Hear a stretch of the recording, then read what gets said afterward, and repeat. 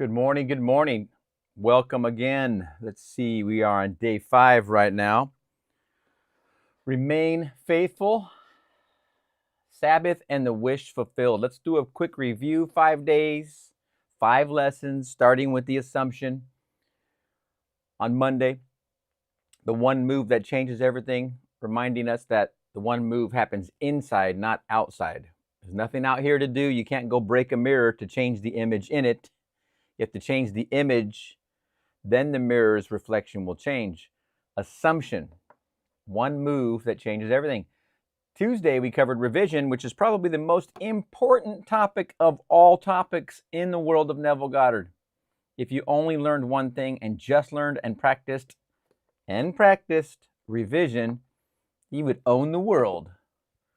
That was how to change your past tonight. That was the subject line for day 2. Day 3, thinking fourth dimensionally. Where does all this change happen? It doesn't happen in a broken mirror. You can't go smashing a mirror to change the image and re-put it back. You have to change it inside. Inside is the fourth dimension. That's where change happens. Then on the outside, you see the reflection. Remembering that the 4D, the fourth dimension, causes a 3D shadow, which is your experience on the screen of space. The 4D in here changes the shadow that's cast. That 3D image also has a shadow on the ground. Let's say the sun's shining on you. So that was a good reminder right there on day 3. I highly recommend all these days, but that was a very good hump day, if you will, for Wednesday. Thursday, day 4, no one to change but self, reminding us that we change in here, not out there. We can point around all day long, but it's all coming from inside. As we want to make these changes, brings us to day 5. We learn these concepts, we learn the Neville vocabulary, we learn all these wonderful things, and then we get to a point where, wait a minute, how do I capture this concept and hold it? Like, how do I hold it and keep it and maintain that new place that I am, that I believe I have entered, that new state? Today's subject is remain faithful, Sabbath, and the wish fulfilled. Sabbath is a very funny one. We're going to talk about that in a second. Faithfulness over force is what we want to talk about. Prasoon, good morning. Prasoon, good morning, Gilbert. Happy to see you. Is this going to be the last live, or will you continue doing more lives in the upcoming weeks? As a matter of fact, Prasoon, I am considering doing lives next week, but in the evenings, like 6 p.m. Pacific time. I want to pick up another group of what I believe might be available audience. So it'll be in the afternoon or evening. I'm going to do another 5 days next week. So the lives will continue. In fact, tomorrow I will be doing a membership live. I might do a Q&A live. I'm kind of a creature of set it and forget it. And now that the gear is set up and I don't have to focus on it, I'm like, hey, this is easy. It's easier just to do the live. So I might do the live like that. I mean, I might take advantage of the settings right now and just do several lives as a form of content. And interacting with you is a big benefit because it picks up all those things together at the same time. I had the poll where we voted for what would be good for the channel, and case histories is good for the channel. So I put those out on the weekends. Those will be Saturday and Sunday. They'll be for the next 20 weeks. There'll be a Saturday and Sunday case history from Neville's book, Law and the Promise. But to your question, for sure, I think I'm going to continue lives. Tomorrow's going to be a public live, and then there will be after that a members only live. And then I'll do lives, I believe, next week during the afternoon or evening time, my time, Pacific time, California time. Hopefully that answers your question. Tariq, hello, Gilbert. Good morning. Hello, Tariq. I don't know what you guys' time zones are, but good morning. Irene, good morning. In the gym, listening to you. Wonderful. I appreciate that. The gym for the mind, as Imaginarium calls it. He'll probably show up today too. So, faithfulness over force. Habit does not equal a law. There's a book with a yellow cover called The Power of Habit. And you don't have to stop and go read it, but it really talks about what habit is and how I forget which speaker said this, but it does feel like a law. It might be Neville. Neville said that habit feels like a law. When you're locked into a habit, especially for you, Irene, going to the gym, you could make into a habit, and then it feels like you have to do it. There's no getting out of it because you're compelled. Once you make something into a habit, it gets easier and easier. And one of the ways to remain faithful and to stay in the Sabbath, stay in the wish fulfilled, is to create. I did this one time when I was trying to create a new habit. I actually literally, my brain said, okay, make a spreadsheet, which I did. And then each morning, as I did this thing, I was making my water. My wife and I were making new water where we add sea salt to our water. And then we changed into adding magnesium to our water. But to create the habit, I had to go from nothing to doing this every morning. Now we do it, and it's not even a question. If the water's out, I make another 3-gallon jug with my RO system. Then I add the sea salt. Then I add the magnesium. But in the beginning, that habit didn't exist. So I had to I literally made a spreadsheet. So each morning I could check off the next incremental step I was in that journey. So any habit is something you create, not something that's imposed upon you. There is no law that says you have to do this. And this can be a stumbling block when you're in a state and you want to join a different state and leave a state behind. It feels like to you that you're stuck because the habit. But the habit's not a law. You can get out of the habit by creating, like I just said, a framework where your steps are different than the steps you took yesterday.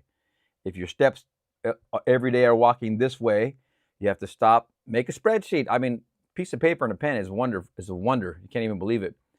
Say, I'm going to walk this way now, and check mark when you do succeed. Check mark when you do succeed, over and over and over. That helps create, I think it was Brian Tracy had in one of his talks about goals and habits, was that you notice the cows when they go out to pasture, when they come back in, they go over the same grass every single time. And going over that same grass, it forms a path. And it's the same way in our mind or our brain. When we go over that same path continuously, we go over that same direction continuously, it forms a path. And you'll have to excuse me 1 second while I take care of something real quick. I still have a voice, but forming that path, you become in a new reality. You become into the new state more easily. You actually find a home in that new state because you're making the path worn. It's wearing in here, it's wearing in your activity, but it's becoming an actual groove, that habit. So in a state, you have a habit of activity that fits the state. One of my favorite examples is a bank robber. If you're a bank robber, which most people are not, which is it's a fantasy on TV typically, I'm talking about most of us are not bank robbers. But the fun of conversation, if you're in the state of a bank robber, the groove or the path that you're on has the fruits of that path available to it. So the fruits of that path say, and remind the person in the state, I need to rob another bank. I've already spent all the money I got from the last robbery. I need to rob another bank that's going to give me a bigger score. I need to rob something that's going to give me more so I can go longer. And those ideas, those desires, they're not right or wrong. They happen to be attached to the state that the person is in who's going out and robbing the banks or robbing houses or robbing whatever they're robbing. This activity exists. I'm not going to pretend like it doesn't. It exists in the world by the state. The person is only in the state. The person is God. God is playing all the parts. So the person in the state really isn't guilty for being a human or being God, because God plays all the parts. It's the state. So like us, we might be in a state but want to be in another state. We have the habits of that state, or I like to say the fruits of that state.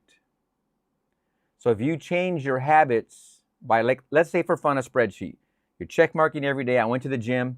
Today I'm working on cardio. Today I'm working on legs. Today I'm working on arms. Whatever that is on your spreadsheet, you're creating a habit. Each week, checking the boxes. Each month, you look back, you've done it. Now it becomes a compelling force, and you do it all the time. I did a year and a half of training for a triathlon, before I even did my first triathlon. And that first triathlon was in 2006. So I trained from somewhere in the middle of 2004, went from couch potato and went from 210 pounds to 165 in what was it, a month and a half, almost 2 months. Dropped the weight, but then started walking. I had a whole program I was following, walking with some partial run, walking less with some more run, and everything developed over time. Swimming, slowly. I mean, the swimming, the biking, the running were all planned for me. All I had to do was look at this program I had purchased back then when the internet was still new, I think. And it told me every day what to do, how to do, basically. And there was a video component as well, which was cool because in the swimming, which is one of my strong points, I didn't know I was so strong at, but I grew up in the ocean as a surfer. So swimming was like a snap.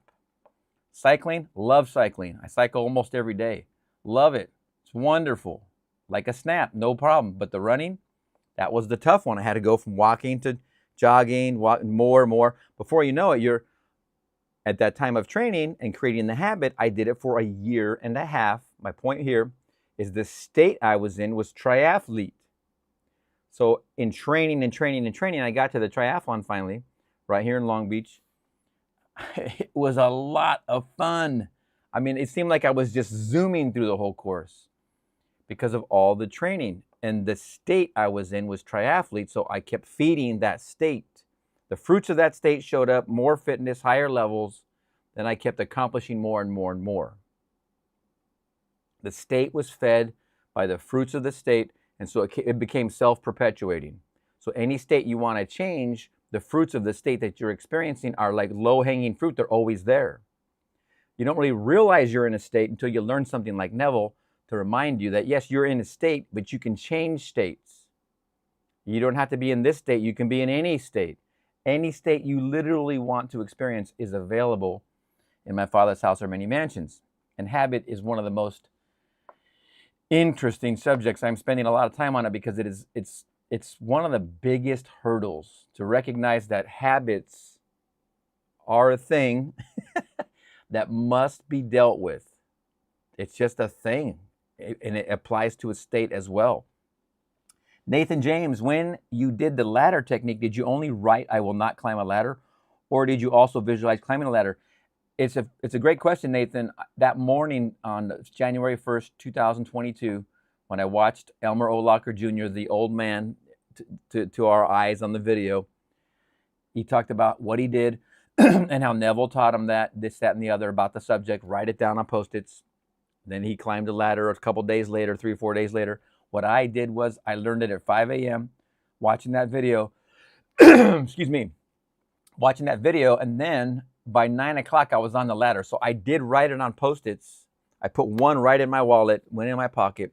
I put one on my computer screen, and I think I put one more in a book I was reading as the bookmarker. Something like that. Not a whole ton like Neville was telling the people that attended that. By 9 o'clock I was on a ladder. I didn't even go to sleep once. And remember, I've been in this work, this field, this you create your own reality concept with the Seth material, with my teacher for decades already. At that point, I was 31 years into this whole spiritual approach to life. So I had a large number of years of practice of the concepts, but not of Neville's perspective. So when I got to that, then that opened me up immediately, because once I experienced being on that ladder, I knew I arrived someplace so important and was the crown jewel of all the things I had learned. And I had learned a lot, and I studied a lot of wonderful, wonderful stuff. But getting to Neville was really the crown jewel of all this. Hopefully that answers your question. I didn't visualize it. I just put the Post-its in my pocket. Pursoon. Neville said all desires are divine. What if we have some desires that may be immoral? So the funny thing about Neville in this subject, which is a great subject, is I agree with Neville. All desires are divine. So the best way I can describe it is I don't have something on my desk to show as an example, but in the circle in my beginning videos, you see the dot in the middle, which is all that is God, is represented by the dot. Then you have a circle. Off of that dot is all of us, all these lines shooting out, which are all of our, you can call those lives, or you can call them self-concepts.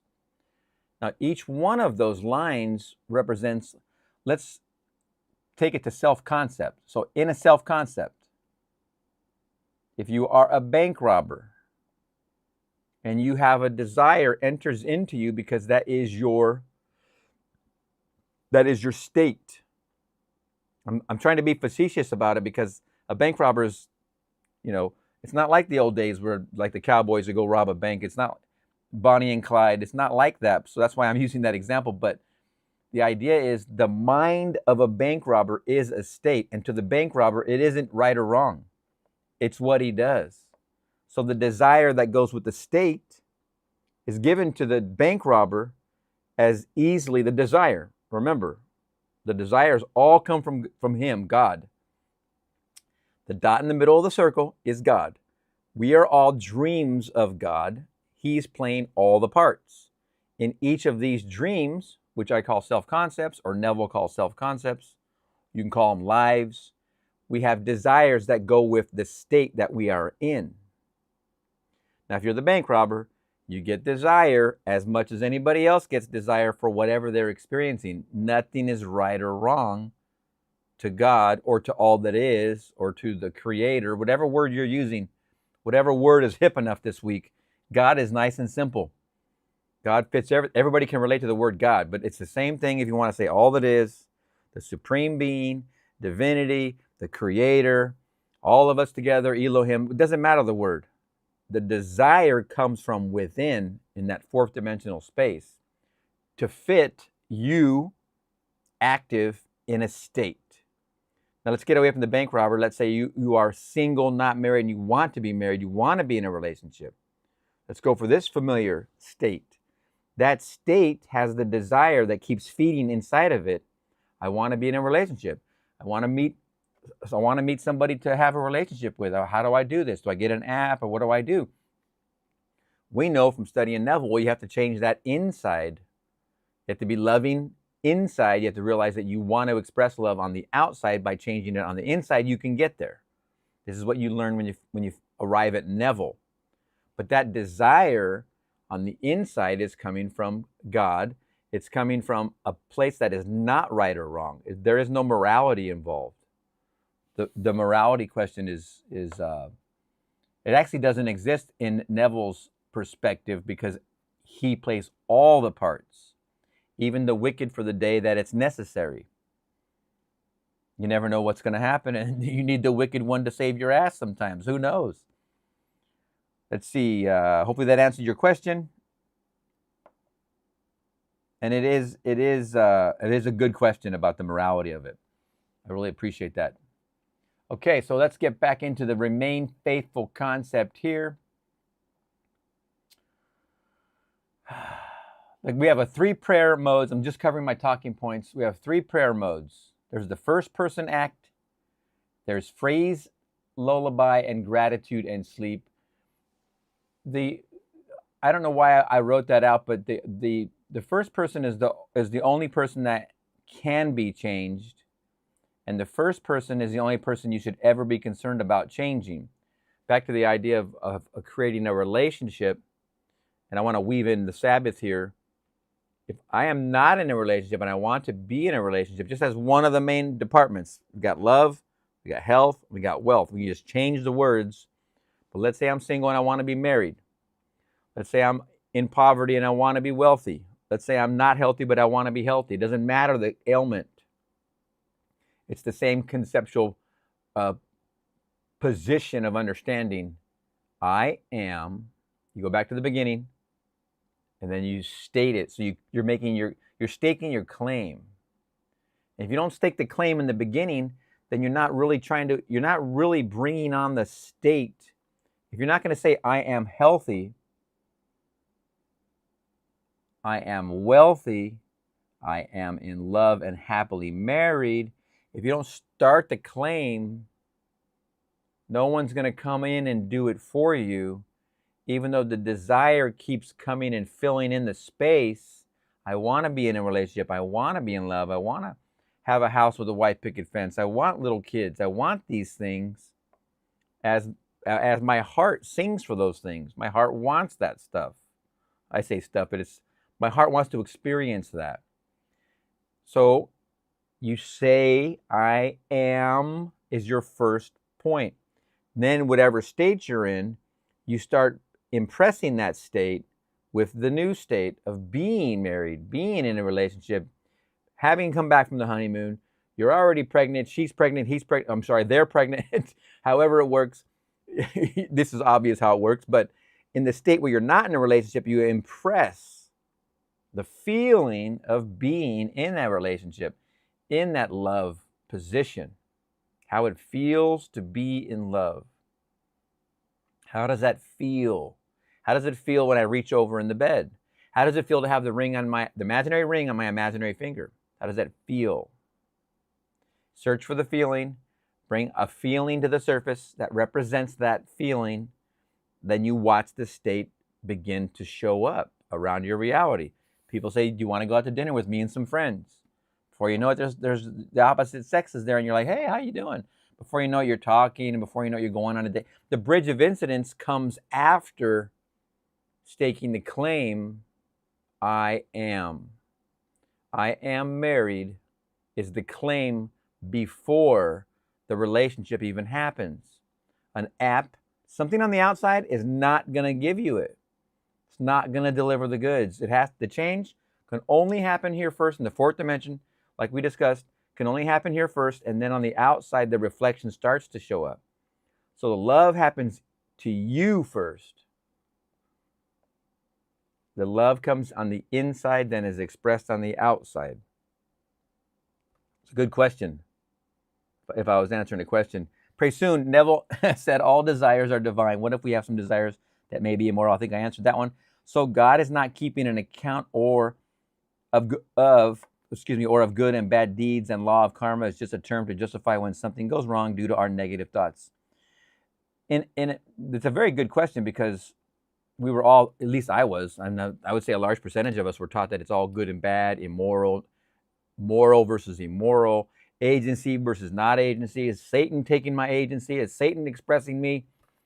Am I an object for Satan? Is it right? Is it wrong? Is it? And as Neville teaches, it, like Seth teaches as well, these two great teachers, it all just is. There is no judgment on anything. If you consider the idea, going back to what Neville says, God is playing all the parts, even those who are not, I forget the scripture. I'm not very famous for memorizing scripture, but even those that are wicked for the day that you might need that person in your life, like Neville at the ticket window, when his brothers wanted tickets, two brothers visiting Neville, and they wanted to go see this opera or this play, and there was no tickets. It was sold out, big time sold out, and Neville went to the window, and the criminal in front of Neville caused such a ruckus at the window that Neville got involved and helped get that ticket back that the guy was basically stealing. The guy had thrown down a couple dollars. Neville was right there and saw the whole incident. The guy was trying to shuffle off, and Neville commanded him to come back. Really loud voice. And the guy was bigger than Neville, could have pounded Neville, but he came back. He felt compelled, even those wicked ones, for the day that it's necessary, because what happened was, in Neville helping the ticket agent get those tickets back and not be ripped off, therefore not ruining his till for the day or the end of the season, whenever it was going to come clear that these tickets were unaccounted for, Neville got the guy to give the tickets back, and the guy got his money back, I believe. One way or another, Neville helped clear it up for the guy that was a wicked thief. But the thief was necessary because Neville created a rapport with the ticket agent, and Neville stepped up next, which was his turn, and said, I want 2 tickets right in the center of the horseshoe, or whatever the great spot was. And the guy was so happy, the ticket agent, he reached in the VIP folder and pulled out those 2 tickets, gave them to Neville. So you see, the idea of moral and immoral doesn't, when you look at that story of Neville's and you think on it, you realize everything is working together. So all bridges are getting you to what you imagine as the end result. Neville imagined his brothers at this opera. He only wanted 2 tickets for them, not for himself and them, but for them. He got there, a wicked situation ensued. Somebody was acting immoral, a thief basically, got caught. Neville was there, he did the catching, created the rapport, got the tickets. The end where Neville saw his brothers in there watching the Broadway show or whatever it was the goal. Whatever it took to bring that through a bridge of incidents, some thief, Neville, the crowd, the line that wasn't moving, he got jumped over to the other line where the thief was. All of these little things are bridges of incidents. And all of those are necessary to get you to the end, whatever that end is. So you have to look at it like that. Everything is necessary to get you to the end in your mind, whatever it is. There's no right or wrong. But Neville has the most famous warning here, is you must, as today's subject is called, remain faithful, as you must consider the one major thing that he considers, which is the golden rule. Would you want it, and I'm paraphrasing, but would you want done to you what you would not do to another? Would you want to do unto another as you would want them to do to you? So if you want somebody to do you good, then you would do good for others. If you want somebody who wants to be healthy, because they are asking you of you, could you agree that I can be healthy? Yes, I can agree.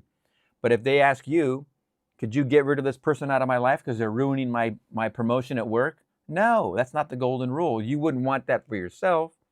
So you don't help somebody visualize for them or lovingly imagine for them something that doesn't fit the golden rule. This is the best guideline, in my opinion, for everything you're becoming aware of, Persuasion, in this work. The golden rule is the backbone. What I want it done to me, that which I imagine I can do for another. If the answer is yes, then yes. If the answer is no, then definitely not. It's that simple. And that applies across the entire board of your decisions about what you're imagining or what you're experiencing. And so to answer your question, I do not believe God is keeping an account. He's playing all the parts. He is the role. He's in the thief as much as he's, like at the window in this example, he is in Neville and he is in the thief trying to steal the tickets. It's very fascinating stuff. Persuasion, do you think doing I am technique works better when we do it sitting in front of a mirror looking into our eyes? I think so, yes. And I think it's a great time to also do your I love you when you're in front of a mirror looking into your own eyes. Because you're telling God you love him because he's in you, asleep. So when you look in the mirror and you're saying, I love you, or I am Jesus Christ in the mirror, you're basically steering him awake. The love aspect is the biggest one. And I am is huge, obviously, but I love you is also right up there because you're going to be asked sooner or later, what's the most important thing in the world? And you can answer money. You could answer first place in a triathlon. Still not going to answer correctly. But when you answer love, faith, hope, and love, but the most important is love. The most important thing in the world is love. Now you've answered correctly, and that's when he is awake. You've awakened him in you. That's why in front of a mirror, which is a great subject you brought up, faith is a funny thing. In a mirror, I love you. In the mirror, you're awakening faith as well.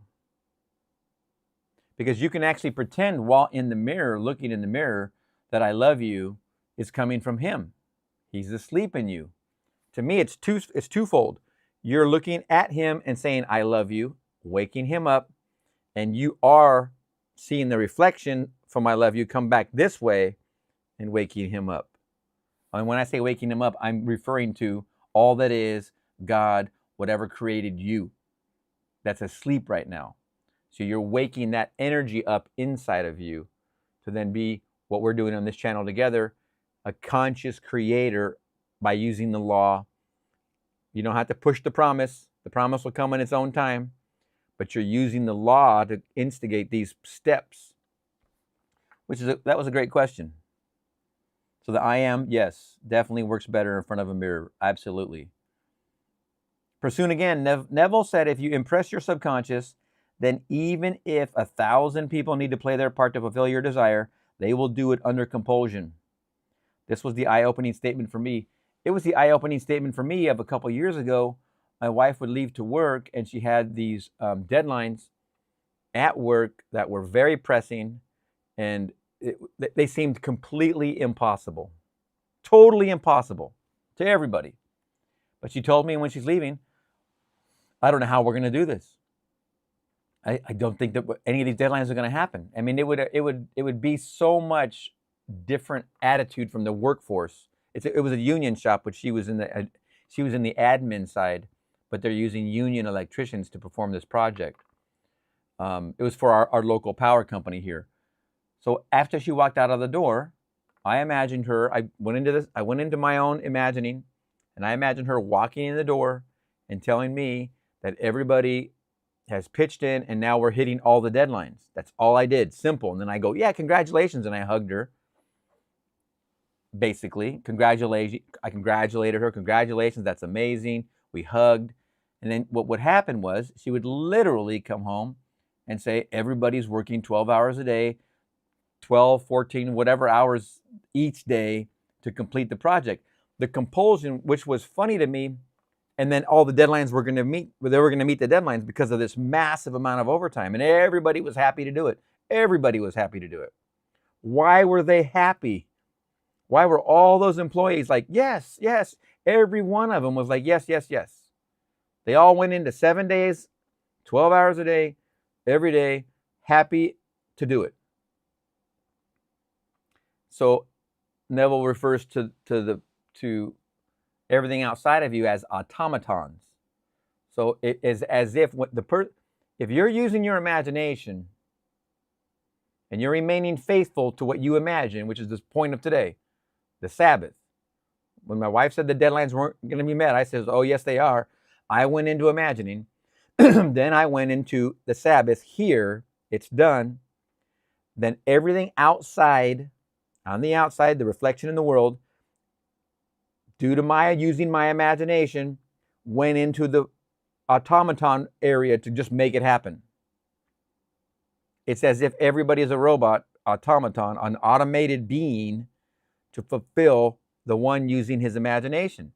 Now, if I don't use my imagination, and then I listen to my wife say something like, we're not going to finish these deadlines, and I agree with her, then I just doomed the deadlines to not being completed.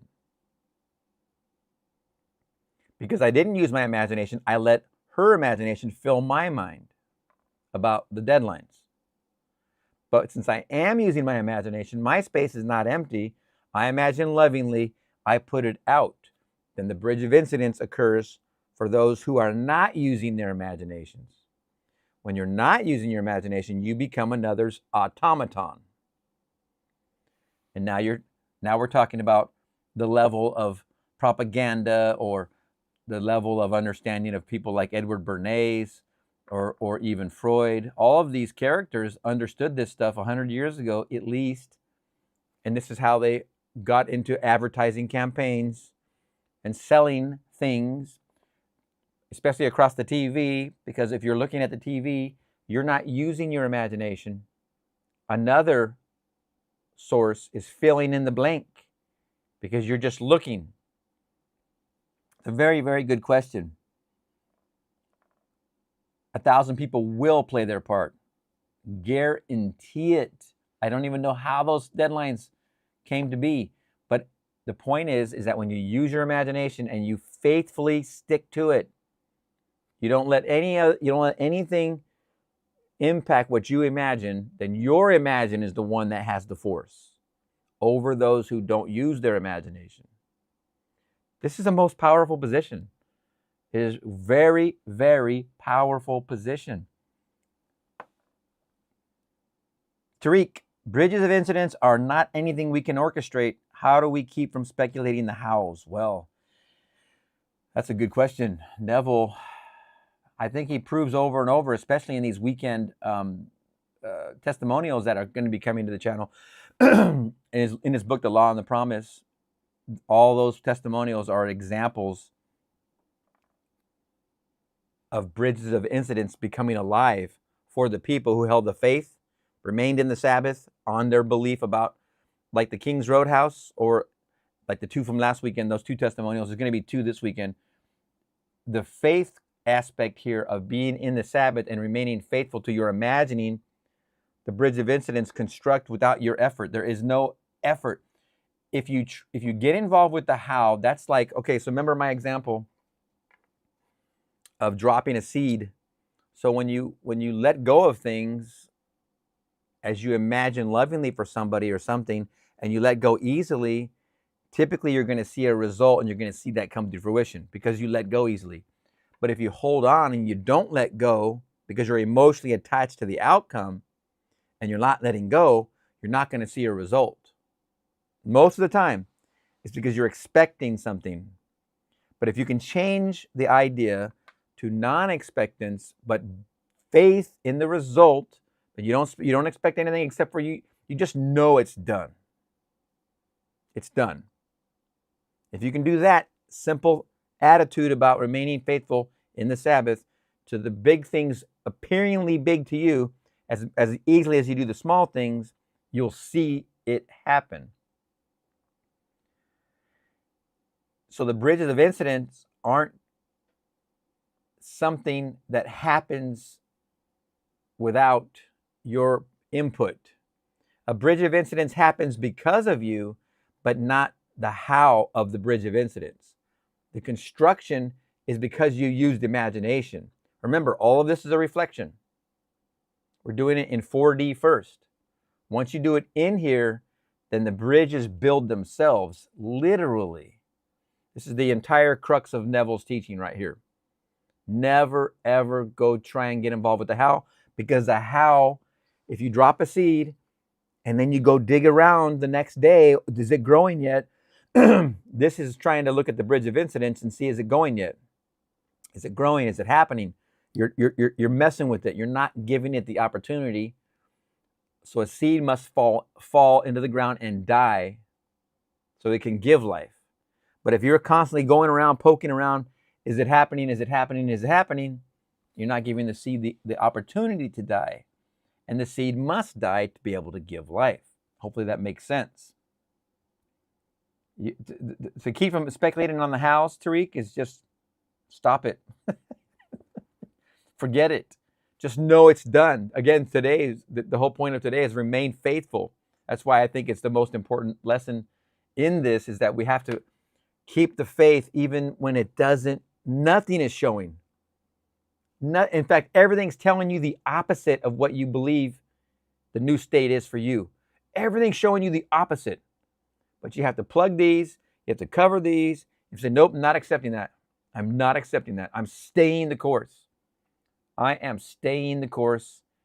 Like I said yesterday, the friend at trying to get back to work, and he was waiting for his number to be called, and he kept telling me, not yet, not yet. And I kept going, I don't care what you say to me right now.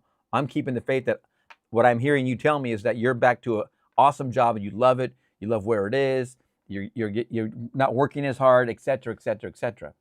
Before I know it, it took 70 times 7 in the effort part. I had to keep the faith, keep the faith, keep the faith over and over and over.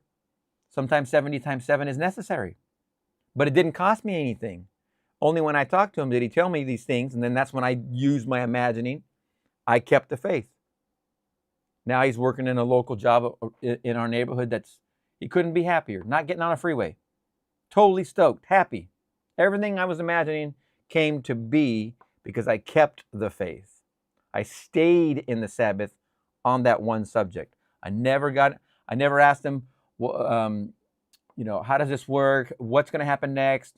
What do you do the morning up? None of that. None of that stuff. Very, very fascinating, the faith. The faith is a big piece of this whole concept of Sabbath. Once you know it's done, that's the faith. When I imagine lovingly for somebody coming off the freeway and I imagine all that new experience that they're telling me that they're having. Then I hug them and I high five them and I hear them. I literally hear their voice.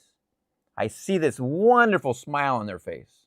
I see happy and the joy. Sometimes they say God is blessed, or it changes every time. I go into a fourfold vision of what's happening and they become alive in my imagining.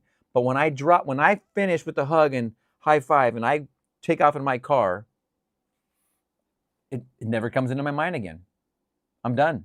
I know it's done. I know it's done to the point where my faith is so strong, I don't check it. I don't go looking for the seed.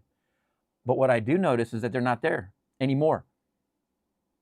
They're not on the off-ramp. They're not at the store. They're not at the exit of the big shopping megaplex where all the stores are. They're just not there anymore. That's the major proof that the faith was held. I have one guy who every 3 months shows up again. And I think he's a sociology experiment. I don't know if he's doing this for college or what, but he'll show up again. And I haven't seen him for many months. And then I'll see him once again, the same orange sign in front of my grocery store. But he's the only one. And then I imagine, and then he's gone. 3 months, 6 months later, he shows up one more time. I do it again, and then he's gone. And then 6 months later. So I don't know what his gimmick is. But it's the faith that's important when you do it and you let it go. You don't attach yourself to the result. That's the beauty of it. It's easy to get speed wobbles when you're trying this for the first time and you keep checking and you're looking for explanations of how this is going to happen. It's easy to do that. You want to do that because you want to I want to see this come to be. I mean, I want to see this. But that's looking for the how. You want to return to the point of the being in the Sabbath and forget about the how. The whole point of today is trying to avoid the how so that your questions are hitting it right on time. Prasoon. Do you think those who discover this incredible gift are lucky or chosen? And what about the ones who never do? Even when I try to tell them, they just make fun of this concept. It's very true. I've been dealing with that since 1991 in September when my teacher first told me about my numbers, my numerology. I was blown away. I immediately started learning everything from her for 4 years, 12 hours a day researching, but you couldn't come within 100 feet of me and me not do your numerology because I had to prove it worked. That was for the first 4 years, and forever since, I try and tell everybody within 100 feet. I mean literally. So I get that one big time. And lucky or chosen, to me, I think you choose. You choose. You're him already. He's in you, dreaming you. If you choose to be a messenger, that's the service you provide. But there are those, my teacher would tell me this 1,000 times a week. Don't throw your pearls of wisdom before swine. Would I listen? No, of course not, because I chose the position of being a messenger.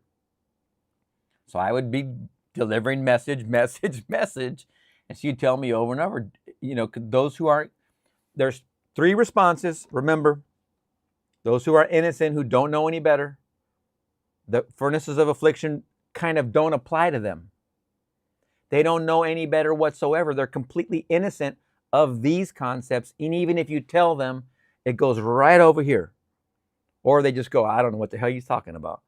The innocents don't experience the furnaces of affliction like the rest. Just get that out understand these 3 levels. The innocents. Now then you have aware of it. You're aware of this, but you choose not to use it. Now your experience is different. Your experience is one where the consequences and the furnaces of affliction have a deeper impact on you. We go from innocence in our roles in the wheel to experienced, where we know better and we're trying to practice this like we're all doing here together. Then you go to awakened imagination. Awakened imagination is where you are applying the law consistently to everything. This is a skill set like playing the piano. This is a skill set like playing the guitar. This is a skill set like surfing. I ride my bike along the beach and I see the beginning surfers as well as the advanced surfers. And I know since surfing my whole life, since the 5th grade, since I'm 11 or 10 years old, going into the ocean and surfing, I know exactly when 2 different people take off on a wave, I know exactly who's a beginner and who's been doing it his whole life. You can just tell after a certain point. Awakened imagination is that point where you've already been through the experiences, whether in this life or another one, I don't know. But you're getting here to your question, is you're awakening to the idea of being the example. We don't have to be messengers where we're telling people. We have to be messengers where we're living by example. So as you practice the law, others will look at you and go, how are you in that new house? How are you in that new car? How are you in this new marriage? What did you do? The ones that are perceptive, not these ones, not the innocents typically, the ones that have the experience slightly are going to be the ones asking you, how did you do that? What are you eating? How is it they're going to be curious. The ones who are experienced, they're going to come over and say, what are you doing different? How is it? How did you do this? And then that's where you'll share. When somebody comes to you and asks you, that's when you open up. Preaching is not where it's at. Speaking from a guy who has lots of decades of practice. Oh, it's funny. It's a good question. And those who make fun, they're right here. Good one. Irene, my person has been invited to a private dinner and says he wishes he can take me, but spots are limited and tickets are $300. Do I imagine him telling me he can take me or me already at the dinner? You know the answer, I can tell. Irene, you've already had the dinner. Now you're sitting there. You got a toothpick in your mouth. I'm just kidding. I know you're probably not going to use a toothpick, but you're sitting there satiated. And now it's time for the dessert wine or dessert or whatever your experience is. And now you're talking, the dinner's over. Or you guys are walking after the whole event, going for a walk, talking about how wonderful the dinner was. These experiences have to be at the end. So when my wife left and the deadlines were impending and there was a lot of stress over the matter, I imagined them being done completely. When she walked in, she was telling me all the deadlines are done. And this was exactly how it went in this phase of her project. She, at least once, twice, maybe 3 times a week, maybe, she would leave with this stressful conversation, and then she would come back with completely relief. It's all taken care of. It's all happening, no big deal. If it wasn't one of us imagining the end, then it wouldn't have happened. She wouldn't have come in with those results of saying everybody wants to work overtime, everybody is working overtime, and they're happy to do it. But it takes one imagining. So for you, you're imagining the end of the dinner. So if I'm going to imagine lovingly, and you're telling me the situation, I'm going to say, okay, Irene, you're going to come back here and type in next week, or after the dinner, you're going to type in and we're going to see you say, oh my gosh, I did exactly that. And you know what happened? I went to the dinner and we had a great time. We went for the walk, everything as described. So I can use my imagination to help bolster that. But we want you to use your imagination to go to the end. Now, if you get it from me, I'm feeding you a fish. You know the story. But if we do this together and you learn how to do it, then you're learning how to fish. I hope this makes complete sense. So this is the idea we're trying to pull together within all of us. If everybody on this right now, on the live or watching it as a repeat, sees you going for a wonderful walk after this dinner, we're all going to see you type in, oh man, the dinner was amazing. Make sense, Irene? Persoon, what are your thoughts on inspired action? I think we can take inspired action consciously. We will do whatever is needed under compulsion.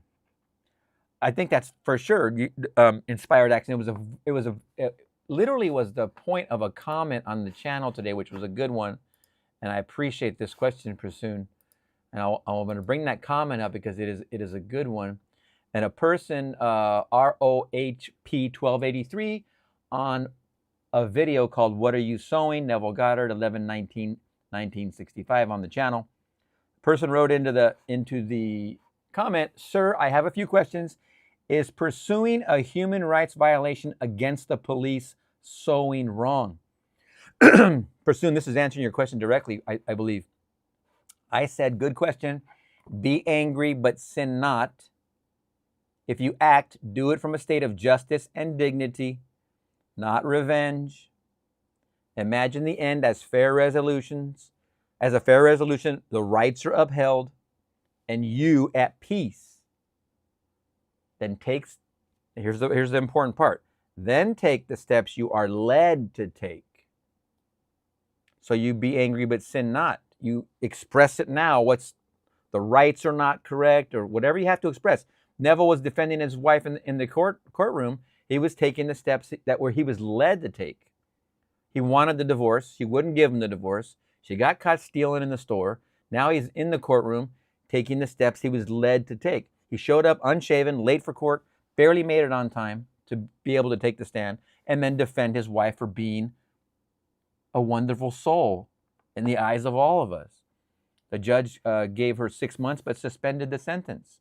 6 months of incarceration, but suspended it due to Neville's taking the steps he felt compelled to take, talking about the wonder and magic of her as a person, but not as a criminal. She did what she did. She felt compelled to do because Neville imagined being divorced, unentangled, so then he could marry his new love, his next wife. The ex-wife was avoiding him, wouldn't sign the divorce papers. But as Neville met this new person who was going to be his new love, he imagined it married to her. That imagining compelled a bridge of incidents which caused the ex-wife to go into a department store, steal some goods, get caught, then get hauled into the jail and into the courtroom, and then somebody knew Neville was related, brought him in, and then he spoke up on her behalf as a person, as a shining example of God like we all are. And he did such a wonderful job. He felt led to take those steps. He didn't plan any of this. He's just being Neville. Then they released her on her own recognizance, and then he got his divorce. She said, walking out of the courtroom, "Thank you so much for what you did. I'll sign the papers." Neville took her to his pad, gave her the papers, she signed them, and he got his divorce. Then he was able to get married. Of course, later, he's having Victoria, his new baby, who just passed away this last year, here locally in Santa Monica. All these stories are wonderful because they're examples of exactly what your question was aimed at. Inspired action. Inspired action is a great one. Yes, inspired action is it. You're only inspired from one place. It's like the desire comes in. The desire is an inspiration too. So it's a very good question. And I don't think Neville was reacting consciously or unconsciously. I think he was just going because they called him in, and then it just came out. So I would have to say it wasn't conscious, more like an unconscious. But either way, I don't think one's better than the other. Irene, yes, it makes sense. Thank you. The dinner was wonderful. Yes, now we're talking. The dinner was amazing. And then you sit there and go, oh man, that dinner was amazing. How does it feel to have completed the dinner? It feels amazing. I can't believe how delicious this was. See, you're now in the event after the event. So everything before it is done. It's a very good question because as I said about my wife leaving the house, she didn't see any possible way that these were going to be done. And then somebody stepped up and imagined. And then when she walked back in, it was the opposite of what she said when she left. Because one person imagined. All you need is one person to imagine, because so many people are not using their imagination. They become the automatons for the person using the imagination.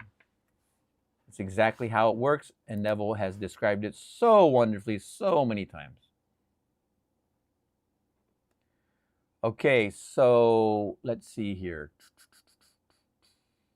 Call to action, our finale. We're winding down. 7-day faithfulness challenge. I don't know when the dinner is, Irene, but let's practice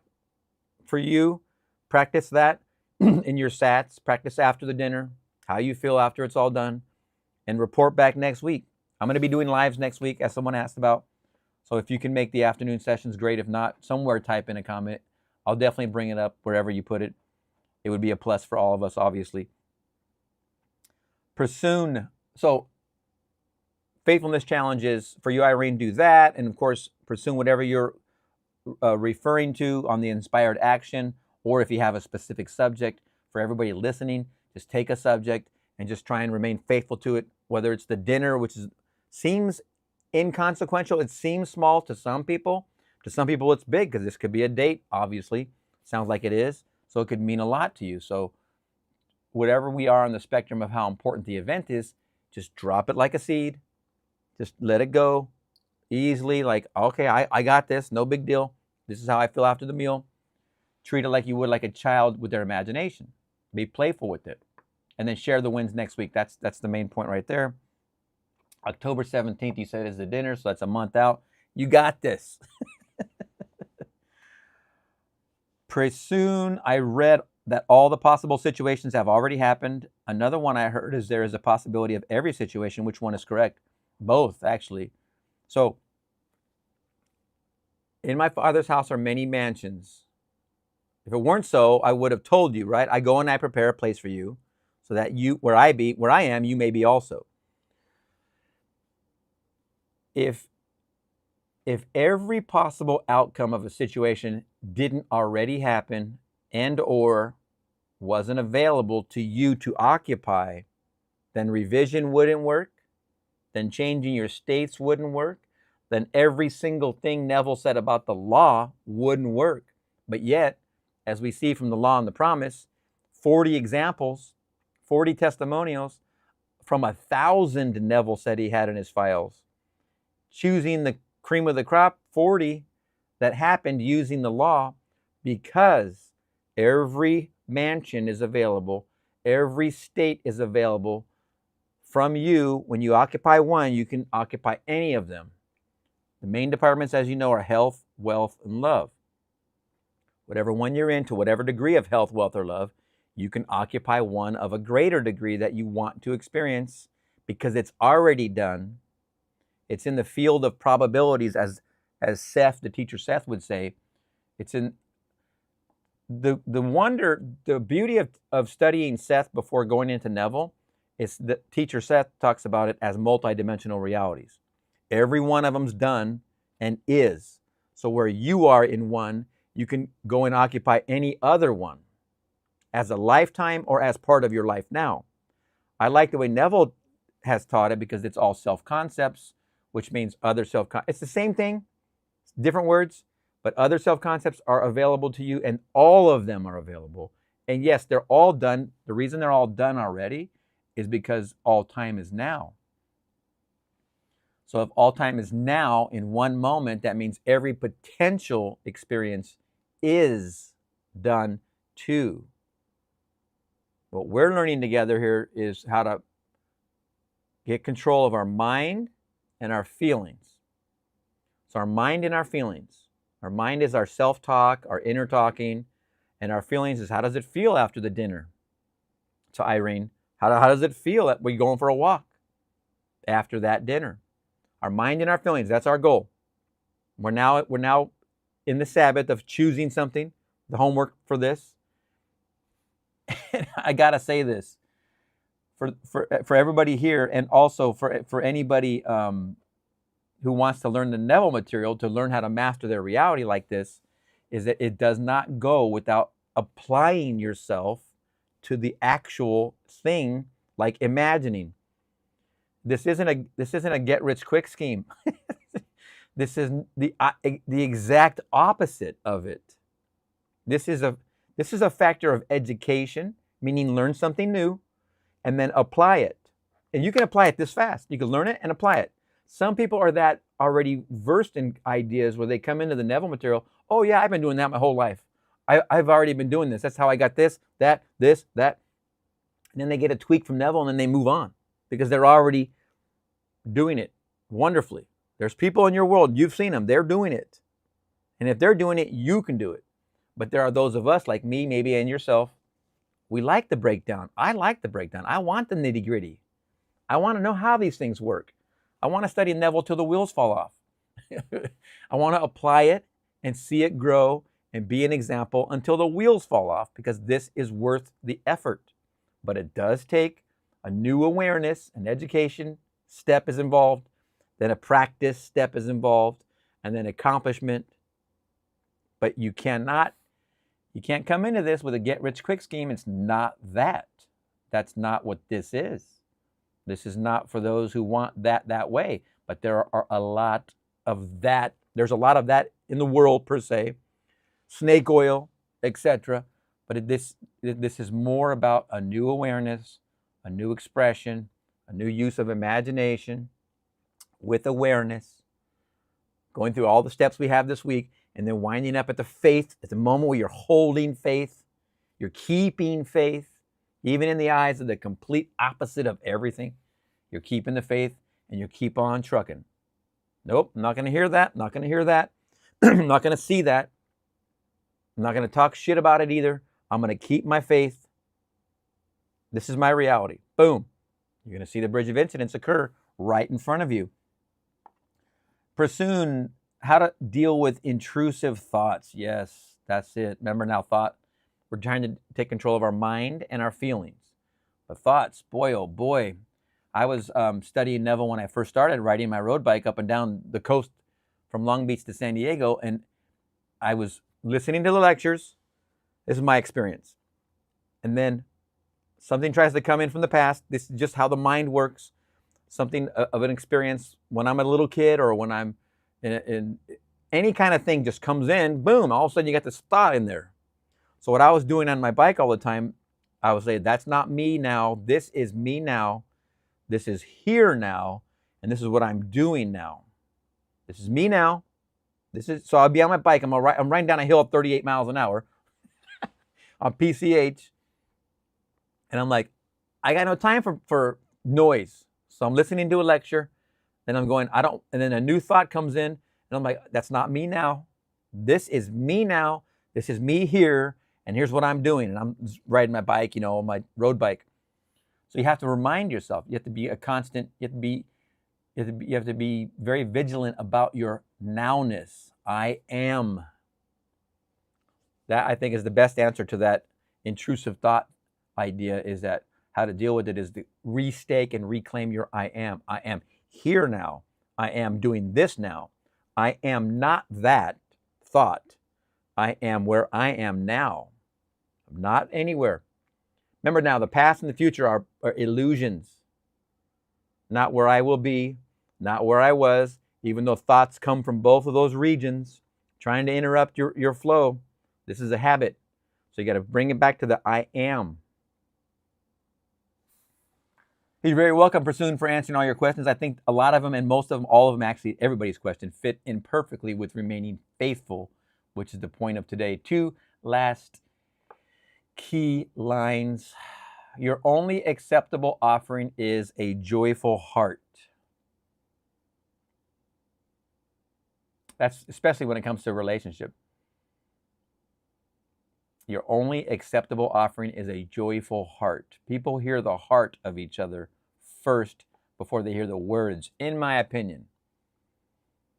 Once you're at it, what we're talking about, remaining faithful to the Sabbath, once you're at it, there's nothing to desire, only to feed.